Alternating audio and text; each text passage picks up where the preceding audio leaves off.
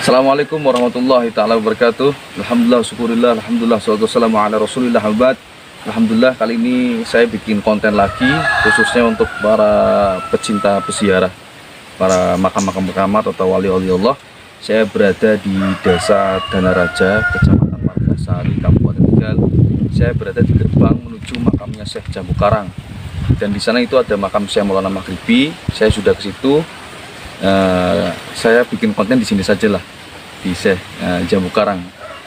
Makamnya seperti apa dan ceritanya seperti apa, yuk kita ke dalam. Bismillah.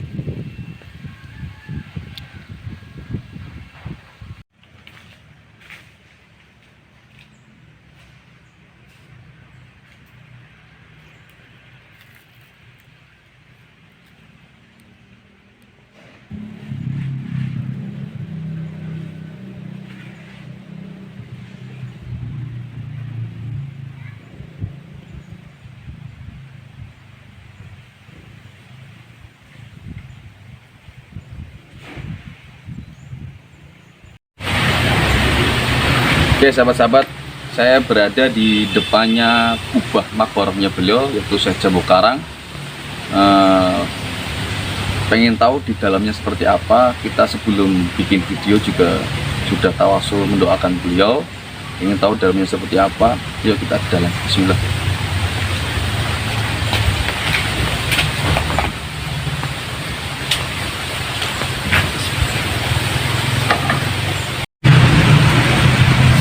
Oke sahabat-sahabat, saya di depannya pintu kecil di makbarahnya petilasan Syekh Jambu Karang.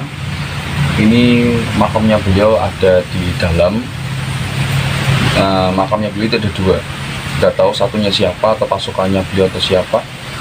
Pengen tahu? Monggo silakan bisa langsung ke dalam.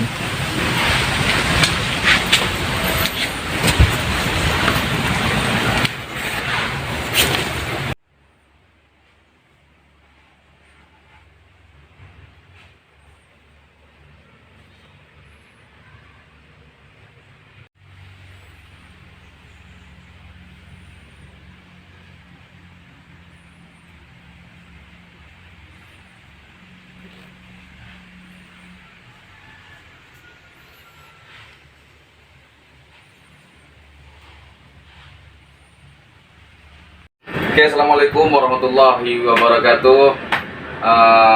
Ini penjelasan tentang video saya kemarin ziarah di makamnya Syekh Jambu Karang di Desa Danaraja, Kecamatan Margasari, Kabupaten Tegal. Karena videonya sudah hapus, sekarang saya mau bikin video lagi tentang penjelasan daripada sejarah-sejarah Syekh Jambu Karang dan Syekh Maulana Maghribi. Jadi Syekh Jambu Karang itu berasal dari Jawa Barat.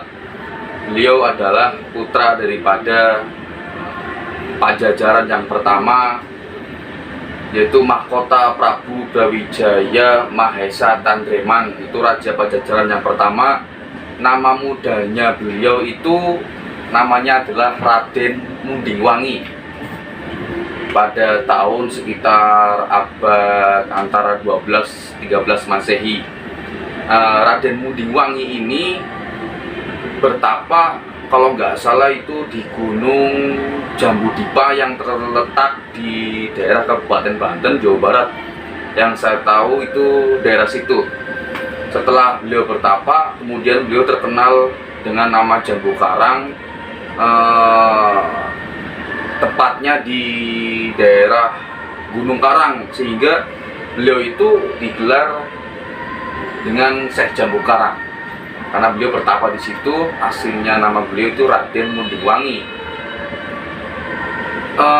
Setelah beliau digelar Syekh Jambu Karang, beliau mau menjadikan sebuah raja menggantikan ayahandanya, tapi beliau itu nggak mau. Akhirnya beliau itu sukanya itu langlang buana, sukanya bertapa kemana-mana. Akhirnya Raja Pajajaran yang pertama itu mengutus adiknya Raden Mundingsari, yaitu Raden Mundingwangi. Adiknya itu Raden Mundingsari dijadikan sebagai mahkota Raja Pajajaran, yaitu adiknya Raden Mundingwangi, namanya itu Raden Mundingsari.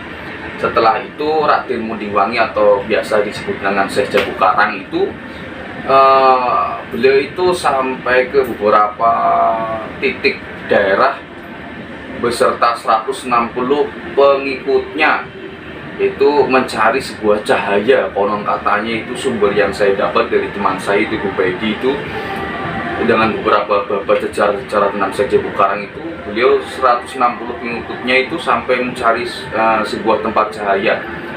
Sampai perjalanan beliau sampai ke daerah Karawang, sampai Sungai Comal, terus berbagai macam petilasan beliau itu banyak sekali, terutama yang terkenal itu ada di Purbalingga yang di Jawa Tengah itu, termasuk ada yang di Jawa Barat juga banyak, sampai di Gunung Panungkalan.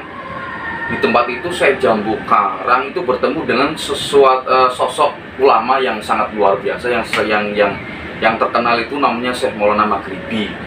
Beliau itu Syekh Maulana Maghribi itu sosok ulama yang berada di daerah Maghrib, berasal dari negara Maroko. Konon katanya menurut beberapa sumber ulama yang saya dapat itu ada 400 ulama dari daerah Maghribi Maroko yang menyebarkan agama Islam di Nusantara, termasuk beliau Syekh Maulana Maghribi yang bertemu dengan Syekh Jambu Karang di daerah Gunung Panungkalan.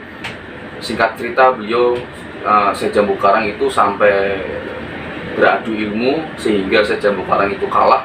Akhirnya Syekh Jambu Karang atau Raden Mundingwangi masuk Islam oleh Syekh Maulana Maghribi, dan beliau berdua itu sampai mencari suatu cahaya atau tempat cahaya dengan 160 pengikutnya itu, didampingi dengan gurunya beliau itu Syekh Maulana Maghribi. Akhir cerita itu ketika perjalanan ke Banten dan ke Gunung Panungkulan, kemungkinan besar beliau ada di Tegal dan berbagai macam daerah-daerah, sehingga banyak petilasan Syekh Jambu Karang dan Syekh Maulana Maghribi. Kenapa banyak sekali beliau? Karena ya intinya itu mencari sebuah cahaya. Wallahu a'lam cahaya di mana. Ya, yang ada di Tegal itu ada Syekh Jambu Karang dan Syekh Maulana Maghribi. Ada 4 makam kalau nggak salah yang ada di Tegal dan Kabupaten Tegal. Itu sekilas tentang Syekh Maulana Maghribi dan Syekh Jambu Karang yang ada di Desa Dandaraja, Kecamatan Margasari, Kabupaten Tegal itu. Syekh Maulana Maghribi beliau membuat kitab namanya Kitab Rambang atau Hakikatnya Kehidupan. Beliau membuat suatu kitab karena konon zaman dulu itu masyarakatnya masih penganut Hindu, jadi sinkretis banget. Jadi beliau membuat suatu kitab yang dipahami oleh masyarakat dulu sekitar dulu, Hindu dulu situ. Hanya beliau diterima, dakwah beliau diterima, hanya beliau menyebarkan agama Islam di situ, sampai konon katanya beliau wafat di situ. Wallahu a'lam, di situ ada makom atau penjelasan wallahu a'lam. Karena di samping itu juga setiap hari raya Idul Adha itu Kitab Rambang itu diarak di desa itu. Itu saja penjelasan dari saya, Syekh Jambu Karang dan Syekh Maulana Maghribi. Semoga bermanfaat untuk kalian semuanya, walaupun ceritanya singkat, walaupun banyak referensinya. Kami mohon, saya harap sih semua teman-teman bisa bisa mencari sejarah-sejarah yang ada di desamu sendiri atau di kota-kota, di daerah-daerahmu sendiri, karena jas merah jangan melupakan sejarah. Itu saja dari saya, wallahu a'lam bishawab. Jangan lupa subscribe, like, share, dan komen. Itu saja. Assalamualaikum warahmatullahi wabarakatuh.